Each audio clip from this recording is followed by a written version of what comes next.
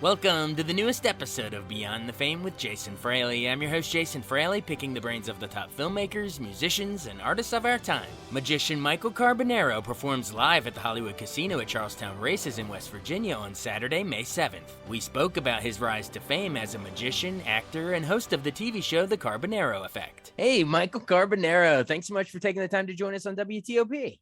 Yes, so good to be here. What's up, Jason? Hey, man, we're talking because you're coming to the Hollywood Casino in Charlestown, West Virginia on Saturday, May 7th.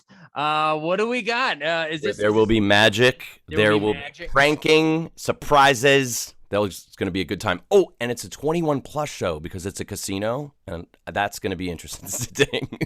I usually do family shows. You know, all my shows are family friendly, but this one, because it's a casino, it's 21 plus, so I might be able to let loose a little bit more.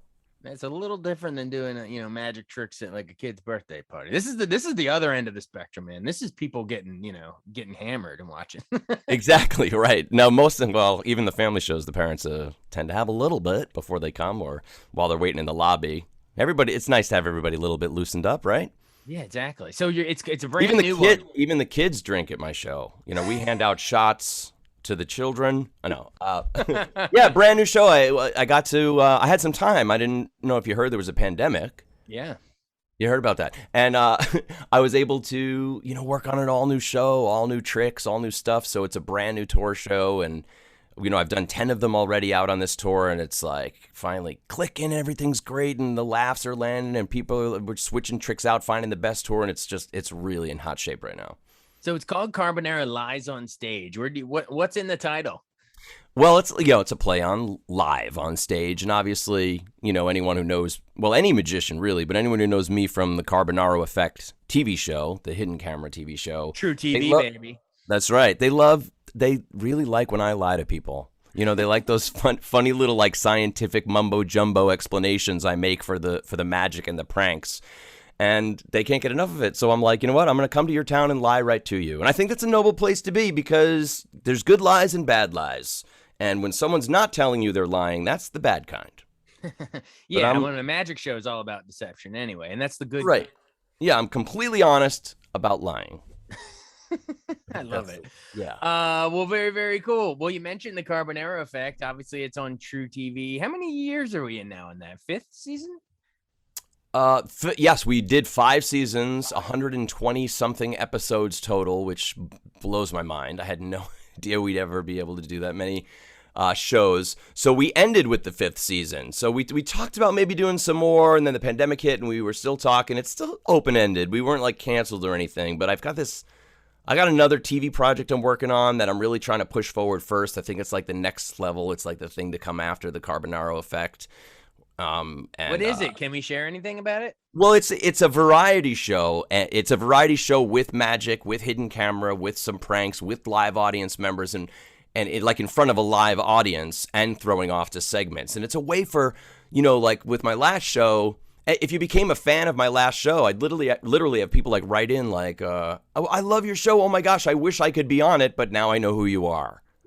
And I'm like, well, that seems like a kind of a dead-end career, doesn't it? It's like you gather all these fans who can't come and see you. So I'm like, what can I do where the fans can get to play around with me? Like I want to do a show in front of them like I do on my live tours, mix some pranking. Maybe they can help me with some of the pranks and maybe they could be in on it. Or maybe we surprise people right there live. And like you see in my live tour show now, like I'm doing at the Hollywood Casino there, even if I'm a magician, I can still prank you.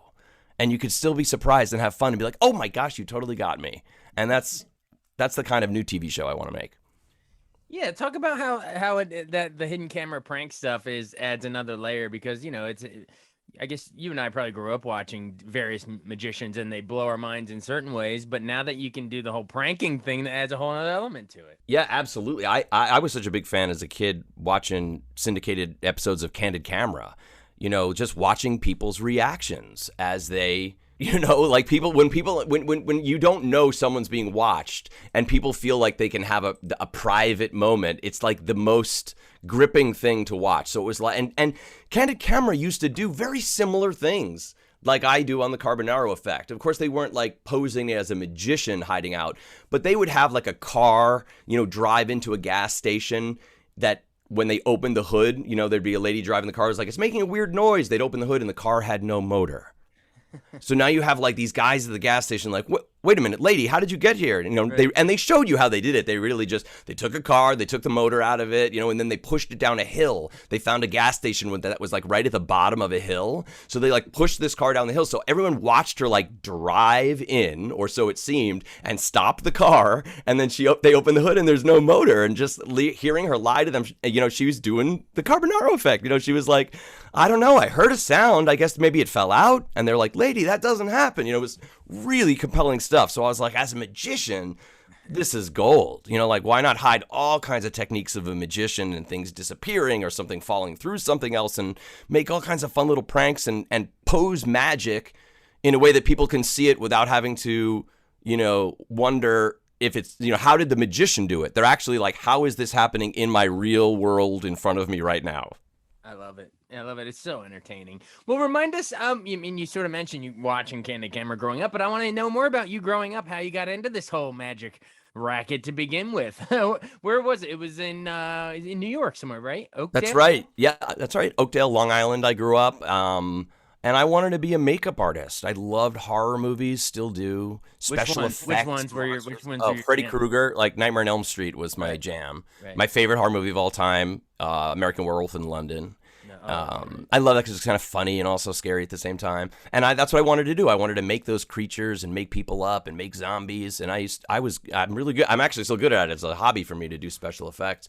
But I would buy makeup supplies at a local magic shop. That's where they would also have, the latex and the masks. And, magic shop kind of is the hub of all things I love. It's like pranks and jokes and gags and masks and costumes and scary things and illusions, like all of that stuff. It's just like my heart, I'm like a magnet to it. So I started finding that like performing magic tricks, I'd like the guys would demo stuff at the counter and I buy some magic tricks. And I loved doing it for my friends. I loved watching them react in the moment, and really developed a rapport, personality, comedy through performing magic tricks for people. Wow. And then you started taking it a little more seriously. You went and did drama. You got your bachelor's in drama at the Tisch School at NYU? That's right. Yeah. I wanted to, I went to NYU really with the aspirations of just becoming the next David Copperfield. I was like, I want to learn everything about theater. I want to learn television production. I want to learn how to be an actor and how to move and how to dance and good voice and speech and how to articulate on stage. I want to be like the ultimate consummate entertainer. And I really got into the acting and stand-up comedy too when I was in New York. And I was like, wait a minute, maybe I don't need magic tricks. Like maybe I want to just be a comedian, or maybe I want to be on a sitcom, or maybe I want to be in movies. So now I just do all of it. I was like, I've been in a bunch of TV shows. I'm still going out for television all the time, did a couple little movies, and I love that too. So it's like, I think that makes, a magician, it's cool that a magician is able to, when parents come up to me and they're like, what would you recommend? My daughter wants to be a magician. I'm always like, well, there's millions of places to learn tricks, but have them like learn theater. Have them be in school plays and have them learn about voice, speech, dance and stuff. Because if they want to be a magician, you got to be an entertainer. It's an all-around entertainment gig, man. It's not just rabbits out of a hat. It's everything nowadays. Yeah. Well, growing up around the New York area, I mean, I'm sure that you finally felt like you made it to a certain extent when you got invited to do some magic stuff on the Tonight Show. Who was your first host when you got on? Was it Leno still? Actually, the first late night show I did was Jimmy Kimmel Live. Okay. And I did this crazy act. It was in my old tour. I kick it back in every now and then because it's just so wild. It's like a weird magic. It's not even a trick, but it's this act where I cover myself in shaving cream and sculpt myself into all of these monsters and creatures. And it's like a performance art piece, but it's like wild, and it's really hard to explain actually. But it's like you could see my love of special effects makeup during that act. So I did that. I do that act, and I did that on late night Jimmy Kimmel's show. And then after that, I got over to the Tonight Show with Jay Leno and started doing little hidden camera magic segments at this convenience store. And, dreaming up my big show. I'd always wanted to have a TV show like Candid Camera that mixed magic, and I loved scare tactics. And in college, I'm like, there is a magic, like, hidden camera show to be had here. So on the Tonight Show, I just started doing little things. But then when I got I met some producers and figured out the Carbonaro Effect, it was like, all right, let's do some big stuff. I want to like make a car disappear, and I want to like levitate, and I want to do all this. So we've done like the craziest stuff on the TV show. I forgot your question, but hey, there's an answer. just wanted to know what it was like going on the Tonight Show, and you took with it. Didn't you also do Chappelle's Show? Absolutely. Man, you've done your research, or you're a super fan. I don't know which one it is, but yes, was on. We'll just let you decide which one it is. Yes, that's right. Yes, I was on Chappelle's Show, and it's funny because in this tour, I actually showed the clip when I was on the Chappelle Show. I had like one line on Chappelle's Show, and I showed that clip later on in the night, and I think a lot of people are like, is that real? Like, they think, like, they see me on the TV show, and then they think that maybe it's like some digital trick where I put myself on the show, and I'm like, no, I was really on the Chappelle Show. But yeah, I was so excited to be on that. Oh my gosh, even to just get one line on that TV show, that was like one of the first acting gigs I got. It's fantastic. And speaking of the actual, outside of sketch comedy or late night comedy, talk shows, right, of the actual acting stuff, because you're talking about how you sort of were well-rounded, did theater, all that stuff, but of the actual acting, what were some of your roles? I mean, you did 30 Rock, you did The Newsroom, right, CSI, right. Like, do you have a favorite experience of being on set of like a scripted show? Yes, I do. My favorite experience was definitely on Fran Drescher's show, Happily Divorced. She had a series called Happily Divorced, and just getting to that whole week long of rehearsing with the crew, and I had a recurring role, so I got to come back twice on that show, and that experience of getting to do a TV show, the 3-camera sitcom experience where there's the live audience on the night that you tape the show. It's like the perfect hybrid of like getting to do TV and also getting to do theater at the same time, because you're like really performing for real people in the room, and that is just the best there is. I mean, and they were so fun. Everyone was Fran was so generous to me. She was like, I think you're so funny. She's like, do whatever you want. Like, let's go pitch, try stuff. Let's figure it out and shoot. Everything was really open. A lot of times it can be very like, you missed this word, and you're like, oh my gosh, on a show, but like, she was really up to play. Everybody was playing, finding the comedy and having fun, and then getting to do it in front of that crowd. It was just like, I felt like I was just a fireball. Yeah, that must getting to do the, you watched all those 3-camera sitcoms growing up, and to be able to actually be there and look around and see those cameras is probably a wild experience. I made it, Ma. Yeah, totally. Yes. Well, we've covered a lot. What else do we need to know about you? What is it no one asked you that you wish they did?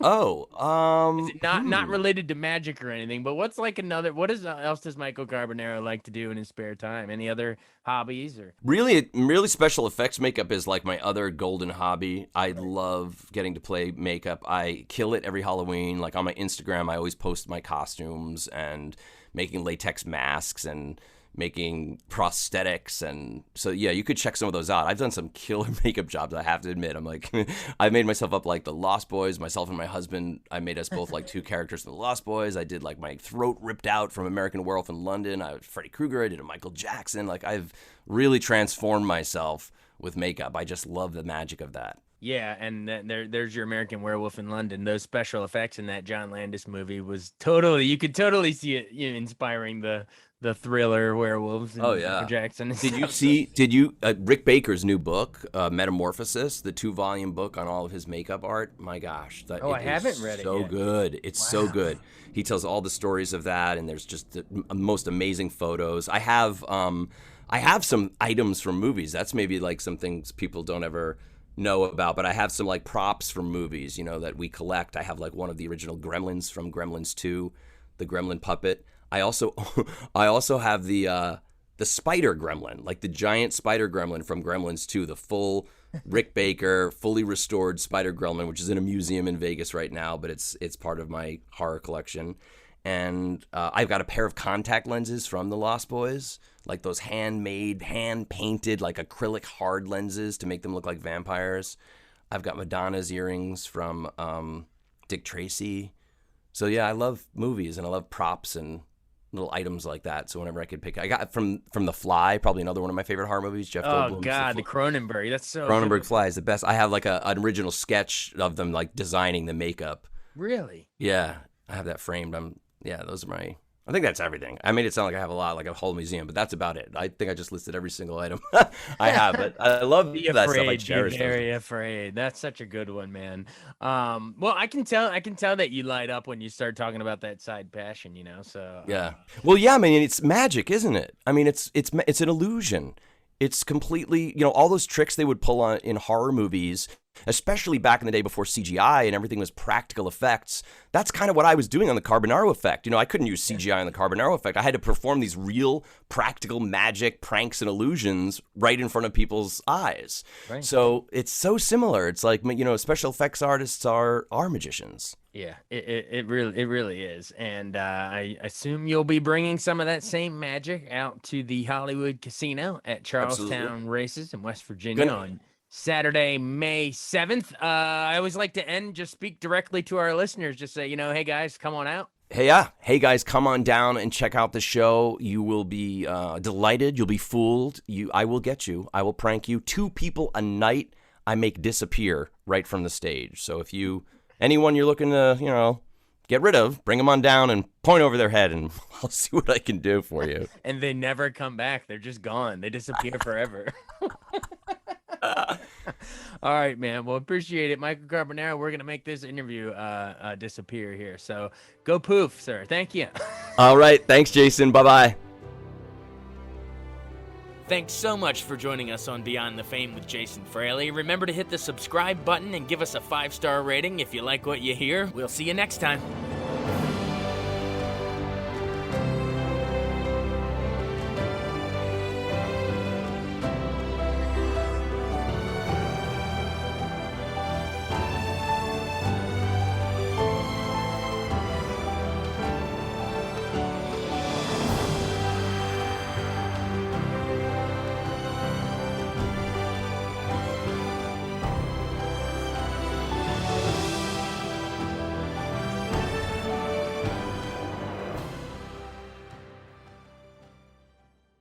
I wanted to take a second to tell you about an app I really enjoy. Living in the DC area is great, and Podcast DC gathers all of the local shows that I like all in one local app. Health, sports, local news, politics, and so much more. Podcast DC is the new local app with hundreds of DC area podcasts to choose from. I can earn exciting rewards just for listening and share the podcasts I love instantly. Available in the App Store or in Google Play, listen local with Podcast DC.